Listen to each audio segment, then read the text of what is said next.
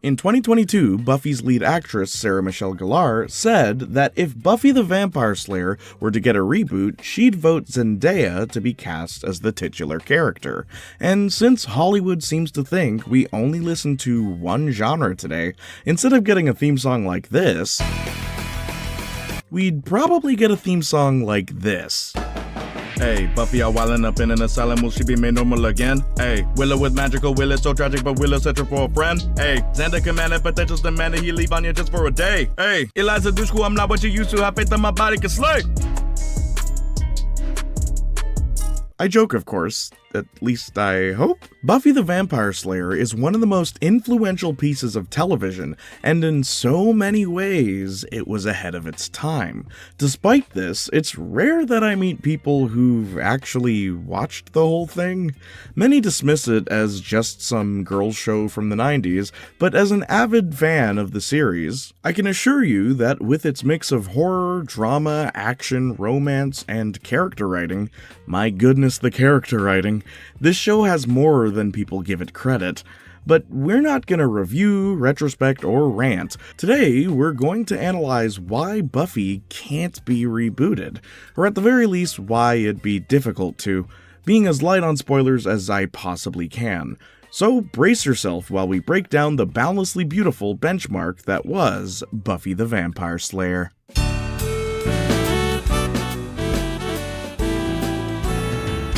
Jayniac. On paper, Buffy the Vampire Slayer is about a girl gifted with Chosen One powers, tasked with fighting a variety of horror-themed monsters in her hometown Sunnydale. Along the way, she struggles with responsibility, brutalizes the English language, and cycles through the most 90s wardrobe I've ever seen. All while making friends, enemies, enemies that become friends, friends that become enemies, enemies that become friends that become enemies that become friends again. You get the point. For 7 seasons, we follow her from age 16 to 22, and as Buffy matures, so does the show's tone. But at the center of all of this, the beating heart of Buffy, is how it's written. A serialized adventure with an overarching plot that still found ways to be occasionally episodic. The continuity in the show is amazing. Minor characters from season 1 will reappear in major ways come season 6.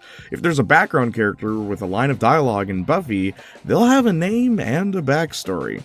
But the show never bogs itself down with extensive lore dumps and exposition. In fact, we don't learn the origins of Buffy's powers until the final season.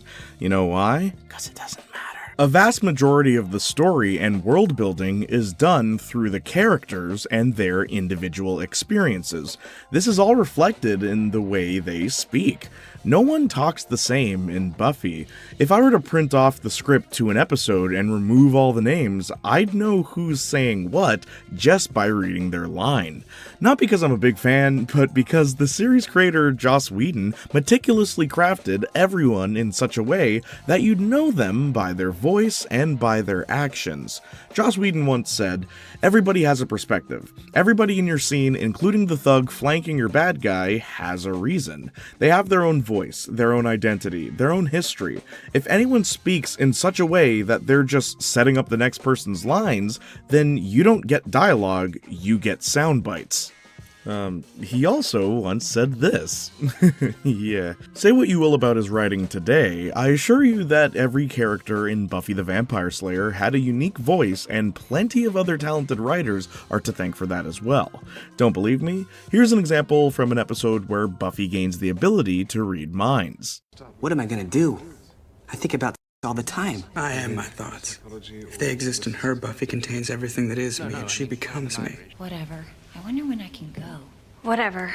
Can I go? The writing in Buffy is so good, in fact, that there's an entire episode with almost no dialogue, and that episode was nominated for an Emmy. What I'm trying to say is, if we reboot Buffy and the writing is just passable, then it's not Buffy anymore. Might as well call it Rhonda the Immortal Waitress or something, I don't know. And if for some reason we decide to gloss over the show's writing, we'll quickly notice another defining feature of Buffy: the setting. Buffy is the 90s, from the fashion to the technology to the music. Like, in-universe music. Buffy and her friends regularly frequent a club called The Bronze, where real-life local unsigned bands would play live music ranging from grunge, ska, punk, and trip-hop. It's honestly pretty surreal, because, everyone likes the same genre of music in this universe. Can we make that a trope, please? We'll call it Everyone Listens to Genre, kind of like how in The Weekenders everyone listens to hard rock, or how in Todd and the Book of Pure Evil everyone listens to metal. Coinage, Jayniac Jr., 2022. Make it happen, tropers. If we set the Buffy reboot in modern times, what would be the Bronze equivalent today? A barista that has local jazz musicians and lo-fi artists? Try to imagine Buffy with smooth, copyright-free jazz.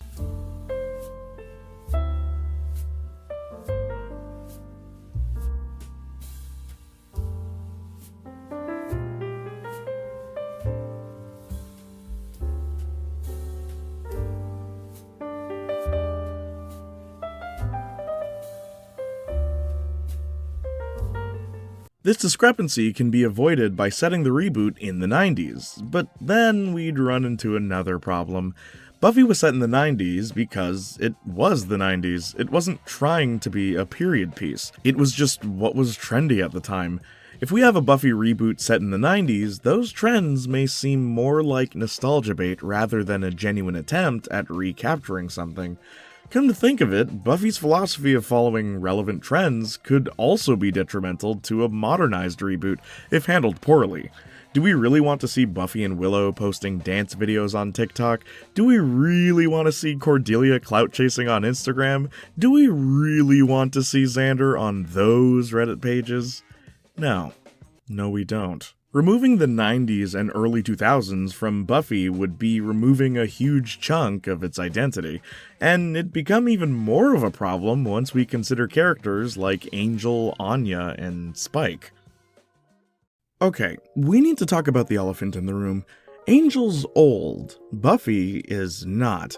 Now, try to imagine a modernized Buffy with this relationship. It really doesn't paint a pretty picture. So, how do we remedy this? By making Buffy older? We do that, and she'd be on her way out of high school. And also, it wouldn't change the fact that he's been spying on her even before that. Yeah, I'm not a huge fan of Buffy and Angel's relationship. In so many ways, they hinder each other's growth, but the show plays it up as though that's perfectly fine, only to be proven wrong in later seasons of Buffy and Angel's solo series. Personally, I think they're both better off single. Perhaps a modernized Buffy could address this a lot better, paving the way for relationships Buffy never explored in the original series, but then many might find these changes too different. So what do? Keep all of Buffy's relationship the exact same as they were in the original? Retreading old ground with nothing more than a few, hey, this is weird, moments sprinkled in here and there? Or do we change a few or all of them in an attempt to keep things fresh, ignoring any potential detractors that may arise as a result? Do you see the dilemma? Well, let's take things further. During his introduction, Spike is dating Drusilla. Drusilla is, it's possible that Spike is taking advantage of her, given the nature of her childlike mind. The easiest solution would be to remove those character traits from Drusilla, but then we'd have a completely different character. It should be noted that this change was attempted in the 2019 Buffy comics by Boom, but that's a video for another day. Look, Buffy's not perfect, and there are plenty of things that could be changed for the better in a modern adaptation. The cinematography for fight scenes is a clear example of this, and I'm probably going to get a lot of flack for this, but Anya could benefit from some changes too. Buffy herself even points out how strange it is that the gang lets Anya hang out with them. Sure, the audience may have found her inability to read social cues funny, but aside from Xander and Tara, the Scooby Gang doesn't even like her. So how would a modernized Buffy justify keeping a character like that around without changing what many fans have come to enjoy her for? And hey, if a modernized Buffy doesn't spin off into a modernized Angel, would the Scooby Gang have both Anya and Cordelia at the same time? Or would it just drop whichever character is less popular? The same question could be asked about Willow's relationships. Do we just start with her wonderfully witchy revelation, or do we build up to it, crescendoing with a wolf's howl? I'm being light on spoilers here, okay? The point is, a Buffy reboot could quickly spiral into a popularity contest of remaking fan-favorite story beats, rather than attempting anything new, and the few things that have to be changed may be met with some vitriol. So a better question would probably be whether or not Buffy the Vampire Slayer should be revived instead of rebooted, following the continuity of the 90s show with Buffy passing down the torch to a new Slayer. Maybe making a few mentions of the season 8 to 12 comics along the way, or, just ignoring everything after season 7, or Angel season 5. The Angel comics are better anyway. If Buffy were to pass the show onto a new lead, it could run into a few other problems. For starters, what do you call the show? New Girl the Vampire Slayer? How about Angel and Spike? They're ageless beings, so how would you explain the actors suddenly being much older? Better hope the studio has the budget to de-age them. Also, given how the series ends, how does the Slayer line even work now? As you can see, there's a lot to think about, but if I had to pick, a revival would make more sense, as difficult as that might be. Honestly, I'm surprised it took me this long to talk about Buffy. I've been a fan since 2014, the same year I made this channel. This year, the show turns 25, and I hope we see more from the series before it turns 50. A new video game with the original cast would be a nice way to breathe new life into the series.